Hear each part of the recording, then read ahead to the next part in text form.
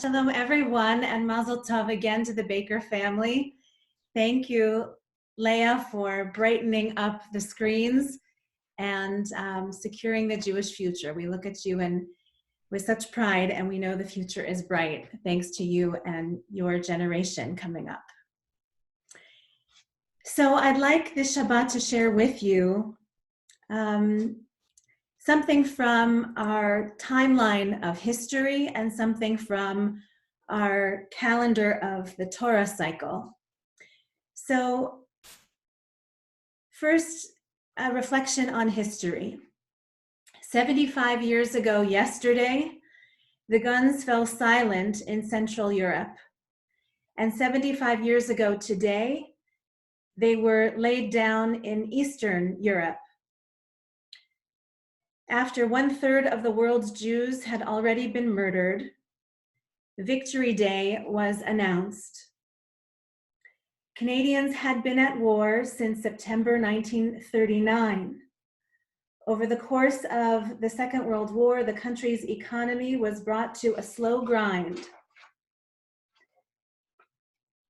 Canadians, by 1945, at the end of the war, had faced relentless enemies over the North Atlantic and in Hong Kong and Normandy, in the air over Germany and the Netherlands and the Rhineland. More than 1 million Canadians had served in the armed forces, and 42,000 had been killed, and tens of thousands more were wounded or awaiting liberation in prisoner of war camps. When the victory was announced at the end of the war in Europe, here in Canada, on this day, massive crowds filled the city streets. There were parades and band concerts, ticker tape dropped from the sky by aircraft, and spontaneous singing and dancing and exuberance. Canadian students left their classrooms to take part in the festivities, and there were religious services of Thanksgiving, including at Holy Blossom Temple. In towns and cities, in rural villages too, there were prayers and tears of relief. This was Canada's third war in less than half a century. The atomic bomb and victory against the Japanese in the Pacific were still 4 months away. So when we look at the timeline of Canadian history, at the timeline of human history, this day calls to us to reflect on the themes of courage and self-sacrifice. This week on the calendar of the counting of the Omer is devoted to the midah, the virtue of gevura, of strength and courage. So as we face trials in our own family structures and certainly worries about the nation, our city's economy, our country's economy, and the global economy, let us recall that we've seen harder days, and that when we find our way to gvura and self-sacrifice, we can find our way to celebration once again. And now I'd like to turn to our weekly Parsha and find additional insights from our Torah calendar. I thank Rabbi Mark Katz for his teaching on this week's Parsha, found in a new book of Musar Torah commentary, published by the CCAR Press, the publishing house for North American Reform rabbis. Parashat Emor, as we heard, includes one of the Torah's descriptions of the Jewish calendar. And here we find that Judaism has always been a religion of moderation, a religion that advocates for the middle road, what Moses Maimonides calls in his 12th century legal code, the Mishnah Torah, the path of gold, the Shvil HaZahav. Judaism lives on a continuum, Rabbi Katz writes, a continuum between hedonism and asceticism, and it fears both. The healthy tension between self-indulgence and self-denial is shown to us in the way that we are commanded to celebrate our holidays, according to Parshat Emor. We are very aware, our texts are very aware of the temptations of both extremes. For our ancestors, hedonism meant gluttony, drunkenness, avarice, and debauchery, abusing our bodies and ignoring the consequences of our actions. In the eyes of our sages, this is nothing short of idolatry. Putting our desires before everything else, before the people that we love, before the responsibilities we have to others in society, and even putting our desires before God. This is idolatry. And so our Parsha introduces us to the holy day of Yom Kippur. Leviticus 23 states, "You shall practice self-denial on that day." But it doesn't say how. By the time we get to the age of the Mishnah, the early rabbis explained that self-denial comes in the form of 5 abstentions. No food or drink, no bathing, no lotions or perfumes, no wearing of leather shoes, and no sexual relations on Yom Kippur. We are to make of ourselves like angels, dressed in white. We do not attend to bodily needs or pleasures, in order to focus our attention on the quality of our souls. We nearly deny the fact that we have bodies at all on Yom Kippur, as if, like angels, we are only souls, but only for a day. Parshat Emor says this self-denial is only for one day. Yom Kippur is the only holy and hovering day on our calendar. All other 364 days of the year, we feed our bodies and we dress our bodies and we exercise our bodies and we put our bodies to work so that we can be productive and enjoy life's God-given pleasures. So let's think about today, about the balancing act. It seems to me in a pandemic, we have some reminders again about the middle road, about a balanced life. We have pulled back to our homes for long enough now to question some of our habits, which seemed normal not so long ago, but now with a new perspective from lockdown, we have to wonder, did my pre-corona life veer to the side, the hedonistic side of the road? Why did I have takeout and delivery on my speed dial? Why did I indulge in restaurants so often for lunch and dinner? How much food and drink do I really need? What would I do with that money now if I could have it back? And why did I think I needed to get my hair done and my nails done every week or every month or whatever was the routine? Why did I think I had to go to the gym or to yoga every day when it turns out I can exercise and stretch and meditate right in my own home or go for a run in my own neighborhood? What would I do with that money if I could have it back? And why, oh why, is every closet stuffed with stuff? I know some people recently have become disgusted by all their stuff, and they feel this need to purge. When did shopping become a hobby? When did shopping become therapy? Who taught us that one of the roles in life has to be a consumer and a hoarder of things? How could those hard-earned dollars have been more wisely spent or even given away to worthy causes? And why was I running around like a crazy person, filling my tank and fighting traffic to schlep my kids from activity to relentless activity? What was that about? What would I do with that time if I could have it back? And why was I flying all over the world for my work, spending thousands of dollars on airfare and hotels and conferences, putting thousands of tons of carbon into the Earth's atmosphere, when I could have a mediocre version of that same conference on the screen? Was it worth it? What would I do with that time and energy if I could have it back? Now, on the other end of the spectrum, I mentioned there is asceticism. We've spoken about hedonism. What about asceticism? The spiritual practice of self-denial to the extreme.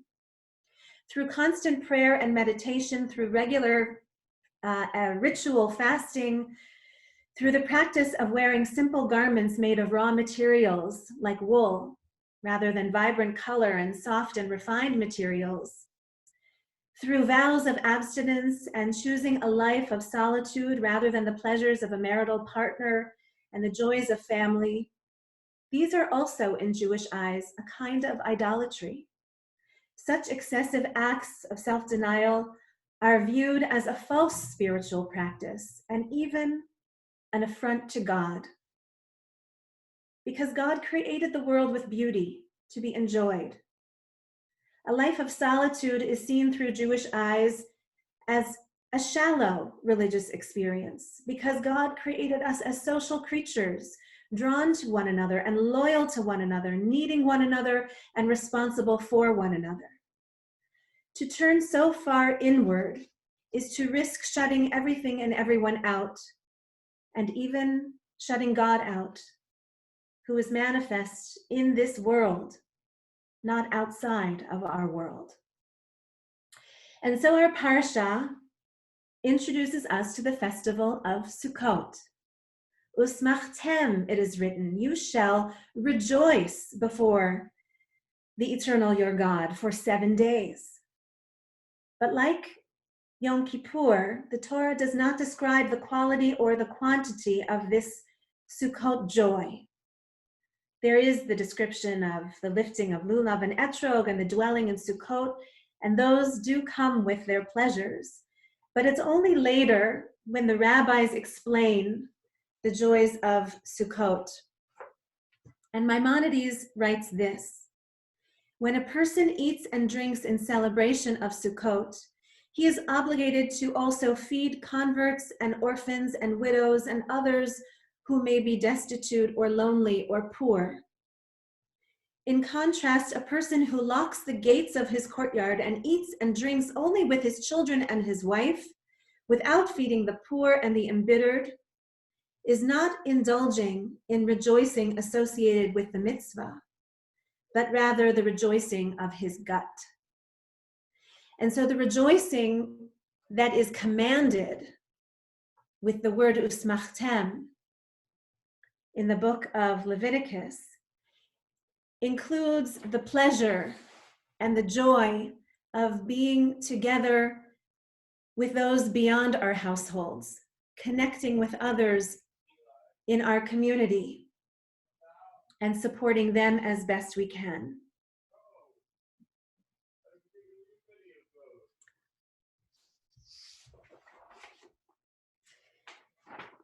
So back to the middle road.